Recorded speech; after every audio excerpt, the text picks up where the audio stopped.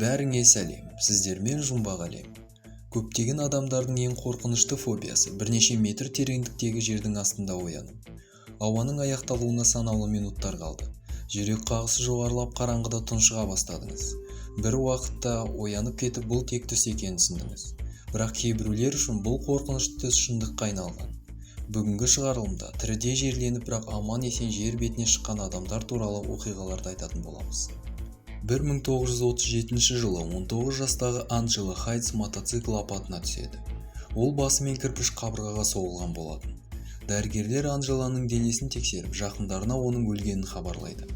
Бірақ сақтандыру агенттігінде жас мотоцикл жүргізушісінің қайтыс болуына қатысты сұрақтар болды. Жерлеу рәсімінен 2 күн өткен соң жас жігіттің денесі қазылды. Табытты ашқан кезде Анджела тірі екені анықталды. Жас жігіт қатты соққыдан комаға түскен екен. Реабилитациядан кейін ол табытта қамалған туралы оқиғасымен бөлісті.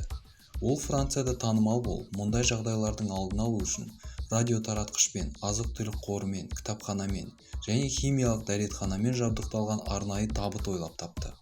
1993 жылы Сайфо Уильям қалыңдығымен бірге жол апатына ұшырады. Дәрігерлер қатты зақымданған денені көріп, оны өлді деп ойлап жерлеу рәсіміне дейін сақтау үшін Йоханнесбург мәйітханасына темір контейнерға жатқызып қояды. Ер адам 2 тәуліктен соң қараңғыда есін жиды. Ал құлыпталған контейнерден шыққан айғайдың дауысынан мәйітхана қызметкерлері оны бірден алып шығады. Ал әйелі болса жолдасы зомбиға айналып кетті деп қатынасты үзген екен. 1994 жылы 86 жастағы Милдред Кларк өзінің қонақ бөлмесінде құлап жатқан күйде табылды. Тексеріс кезінде оның жүрегінің тоқтағаны және демалмай жатқаны белгілі болды. Милдредті мәйітхана қапшығына салып, денесі мәйітханаға жеткізілді. Ал 90 минут өткен соң Кларк қапшықта оянып, мәйітхана қызметкерлеріне тосын сый жасады. Бірақ бұл жағдайдан кейін өкінішке орай ол бір-ақ апта өмір сүрді. Бұл жолы дәрігерлер тексеруге көбірек уақыт бөлді деп сенеміз.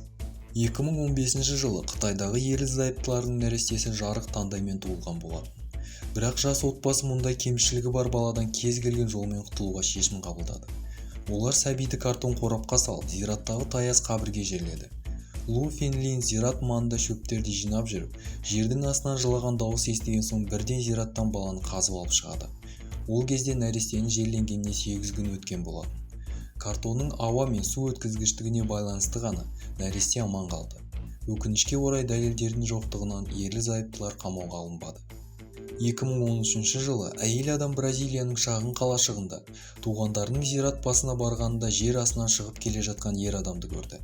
Бірақ денесінің төменгі жағын жерден шығара алмай қиналып жатқанын байқады. Зомби апокалипсис басталып кетті ме деп қорыққан әйел босатуға көмектесу үшін жұмысшыларды әкелді. Ер адам қалалық кеңестің қызметкері болып шықты. Бір топ бұзақылар адамды көнбей тұрып, оны қатты ұрып соққан екен. Сондықтан ол оны қалай жерлегенін есіне түсіре алмады. Бір жағынан сол дұрыста болған шығар. 1968 жылы Майкл Мини 45 күн бойы жер астында болған американдық Диггер Оделдің орнатқан әлемдік рекордын жаңартты. Мини ауа өткізу үшін жасалған кішкентай тесіктері бар табытта тамақ пен су және телефон алып 61 күн бойы жердің астында болған. Әлемде біз білмейтін таңғаларлық, жұмбақ және жан түршігерлік оқиғалар өте көп. Ал мен дәл осындай оқиғаларды сіздермен бөлісіп отыратын боламын. Бізбен болғандарыңызға рахмет. Каналға тіркеліп кетуді ұмытпаңыздар. Келесі кездескенше.